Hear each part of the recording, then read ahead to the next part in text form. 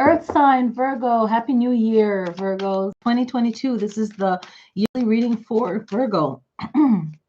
Okay, so happy New Year. Let's see what the energy is, and then I'll do a quarterly reading. That just happened in the first video that I did, in Capricorn's video, so that wasn't planned. So, woo, you got the lovers jumping out. Yay, I love that. All right. So Virgo, this is for sun sign, north node, moon sign, okay? Rising, you're rising, right? Okay, so here we go, setting those positive intentions, right? Blessing yourself, all positive thoughts, positive vibes. All right, here we go. All right, starting it off in January, still in that Capricorn energy to start off January and February. So January is deciding whether am I coming or going, where am I going, right? So it's like, where am I going? That kind of like, where am I going energy, okay? What to do, what to do, what to do. Before I get there, it's a 6 year, 222, right? 6 years. So it's home, harmony, balance. It's about completion and perfection, right? So it's just that positive energy of home and just feeling that warmth and that love energy, right? So we're just hoping for that kind of energy for the year. So in January, it's starting off with this fiery energy here, Virgo, and it's deciding what you want to do, right? Deciding what you want to do, right? Are you going to wait for it to come to you? You're going to go to it and ask for divine guidance and just really start this year off with so much positive energy that things will just naturally manifest. You don't have to work that hard. And you're just tapping into that divine energy. We got the lotus there. We got the dove, just this divine energy. And February, you're making decisions on what you want, right? So be realistic in going after what you want, okay? Who's going to show up for that? What's the other energy to show up for that? It's the same damn energy. February, really be realistic. Okay, look at that. I was saying, what if I pull the same card? It's about going after what you want. We just pull the same card. February is knowing what you want. And February 3rd is the new year, the new lunar year. Okay, so tribal people, a lot of us that have those tribal ancestors that were living by the moon, right? This was probably everyone on certain levels, right? But look at that, new year, new lunar year. Know what you want. Whichever new moon is coming up, well, this is a new moon in February. Let me pull, I have my chart right here in front of me because I was going to say some crazy-ish, but yeah, right? Let me see, is this 2022? When is the, right? So that new year energy is going to be like that, the new lunar year. So, oh, I love that. Let me see, right? Let me just look for that new lunar year, right? For 2022. I'm pretty sure it's the 2nd or the 3rd. So it's the 1st. Okay. So the lunar new year is the 1st of February. Okay. So the 1st of February is that lunar new year. I'm going to go down here. Right. So for us on the Pacific coast, it's January 31st, new year, new moon, right? New moon in Aquarius, right? And then, because, you know, everything's in motion. So that's going to be the new lunar year. So just making that manifestation, manifest what you want, right? Manifest what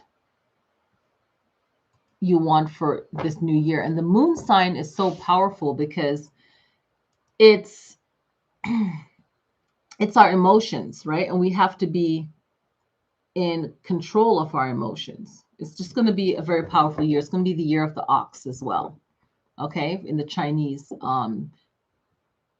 zodiac. Okay, it's going to be the ox.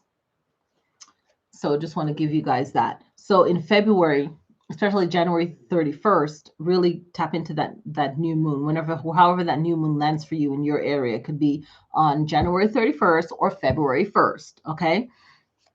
So tap into that energy and know what you want and what you're going for, because it's like lusting after things and not being realistic is also not good. January, February, March. Okay. So March and April. March and April. You took a little time on that. March and April. March, you have done the work and you're waiting for that money to come in, or that opportunity to come in, but you have everything you have to show for it. Okay. So and one other thing that someone mentioned that they didn't notice about another card, but on this card, he's wearing two different color shoes. Okay. I don't know if I noticed that before, but so it's like really having your feet truly in two different places, right? One's in water, it looks like, and one's on the solid ground, right? So it's really about making sure that you're not putting all your eggs in one basket waiting for something to happen, right?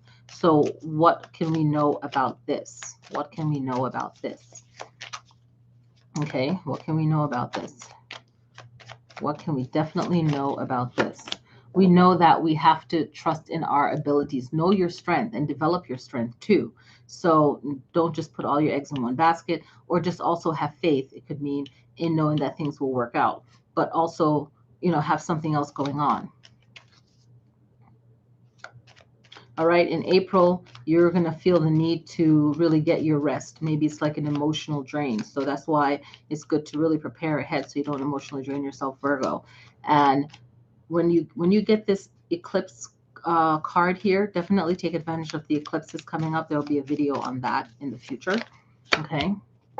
Make sure you do get your rest. Boom. You have the 8 of Cups, which is, taking a walk, needing to be by yourself, clearing your mind. And you also got the 4 of Swords that also talks about the need for resting. Okay. May and June. Okay, May and June. What's going on in May and June? Yes, May and June. May and June. May, you have the Temperance card. So just know what it takes to get what you want and what you're going for. Okay? Know the time, being realistic. I feel like it's playing on being realistic on the time frame of things, because now you're in May. So are things measuring up the way that you want it to? Okay? And know that whatever you're working for is going to benefit you and those that you care for. So there is going to be a lasting energy there. Boom. That just fell out. That's the King of Pentacles. So yes, that's going to really manifest well for you.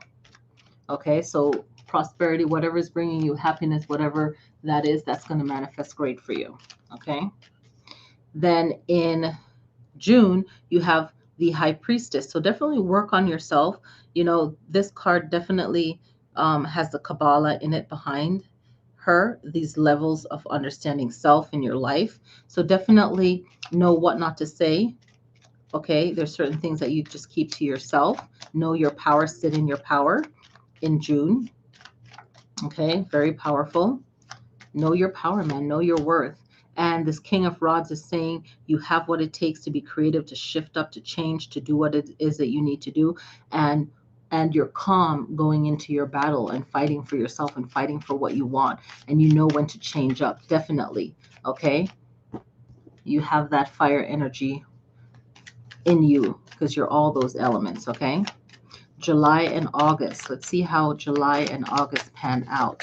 July and August. Okay, so July, you have the energy of you putting yourself out there and then getting the gold that you were going after. So whatever you're going after in July, you're physically putting yourself out there. And the Page of Swords is saying, hey, you're going to be applying the right kind of words. Okay, so it's really being a master of your words and tapping into maybe even affirmations in this Cancer season, right? And having emotions behind your words is going to be really good in July. In August, you are fully in your powerful, the magician role. Okay, so in this Leo season, heading up to your season, you're really going to tap, especially if your birthday is in August, at the end of August, okay? So really tap into that magician power of manifesting things. So whatever it is that you're working on, it's coming through in that Leo energy, okay? So that is just absolutely beautiful, okay? And you're going to know where you're going because you started off the year with the Three of Wands, and you got the Three of Wands right here again. So definitely by then you know where you're going and what you need to do. In your birthday season again, in September, what's going on in September? I love the September image. September and October. So for September, whatever it is, you have the Five of Cups. So basically, whatever it is you need to let go of it. Because as you grow, you shed what you don't need anymore. And you're making space for a lover. Okay, so you have the Lovers, and that's a relationship. And it could be like a Gemini, even though you guys don't match. Maybe the Gemini has a whole hell of a lot of water in their chart. Who knows? But you have the Lovers card as well. So it could just be the Lovers. Okay. Now, in October, you have the Emperor card, and you're having this strong awareness of self. It's like you're at a really strong level. You were the High Priestess, and that's another high level. And here you are, the Emperor. And right now you want to see where you're going and make sure you know what you're fully getting into before you agree to anything. Okay. You got to have vision and really plan your future when that card pops up. You have the Queen of Swords. So you can still be in love, but you're not losing your mind. You still have your thorns, your crown of thorns. So that means that nothing silly is going to get by you. And this is a good way to be. So, you know, basically don't be played. November and December. November and December. November, December. I love it. I love it. Even though we have that Five of Wands right there, this playing around. I call it this playing around foolishness. Okay. So we're gonna talk about that Five of Wands energy. Okay. But let's look at the November energy. I love the Ace of Cups, and you have that at the beginning. So what's this? July, you had the Three of Wands. Now you have the Ace of Cups. So it's like a full circle. And I love when that shows up in the meaning because it's just a strong message that you've come full circle. Whatever you're going through in January, starting off the year, you close it out here in November. Okay. And the Ace of Cups is that divine God energy, that creator energy. So you can really tap into that again to help you close out the year real well. And you'll know what that is. So how are you going to use that I am energy within you, right? You have that power within you. So, you know, it's really protecting your energy and cleansing your space in November, right? And what's manifesting is a page of Pentacles, and the Page of Pentacles is learning its words. So learning new words, learning, the Page of Pentacles is learning more how to receive what you feel is prosperity, right? Because the Pentacles represent money, monetary, and prosperity. So what's prosperous to you, and how can you manifest that into your life? And now going into December, right? So check in with that page.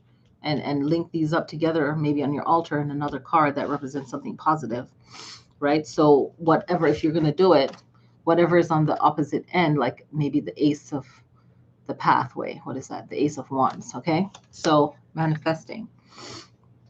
And definitely tap into the moon. Your new moon in your sign, Virgo, work with that on that month. And the full moon will close out that special goal, but work with all the new moons. Okay, so the Five of Wands is all about challenges and obstacles. So it's really important to do your work in November for this December, right? So closing out the year, especially if you have a good year, you know, sometimes these challenges and lessons will rear their head again. So there's some kind of conflict, some kind of fight, some kind of obstacle coming up.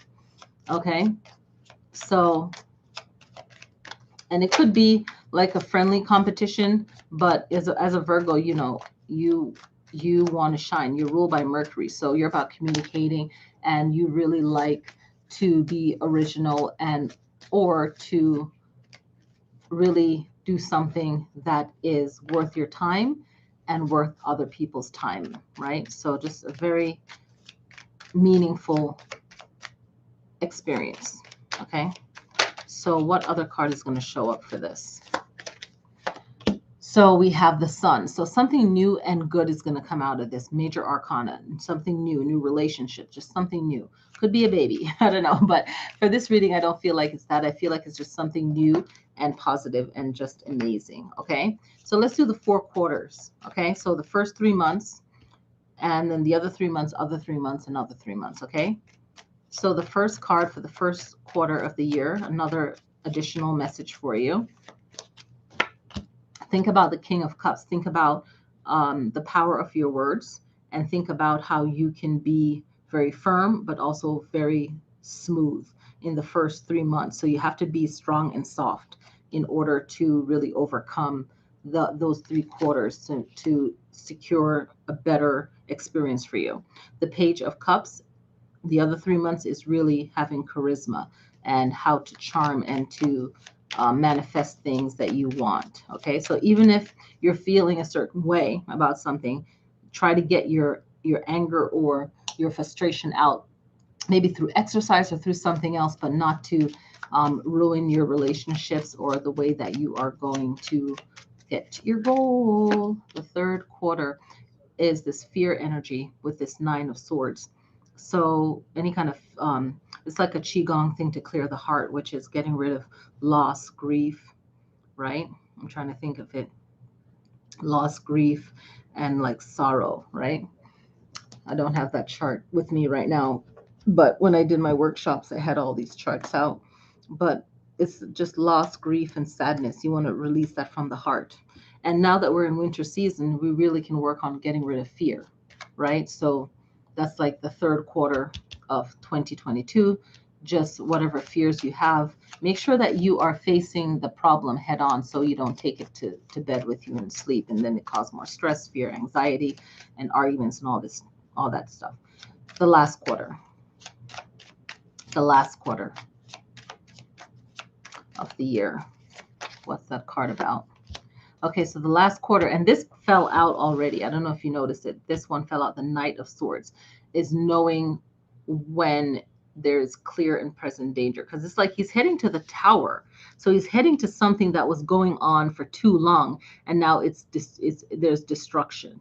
So it's like it's all telling the 78 story in the tarot deck. So the Knight of Swords, the words that were used is what caused this tower to burn. So that makes sense. It's air, and the Tower is definitely the element of fire as a major arcana.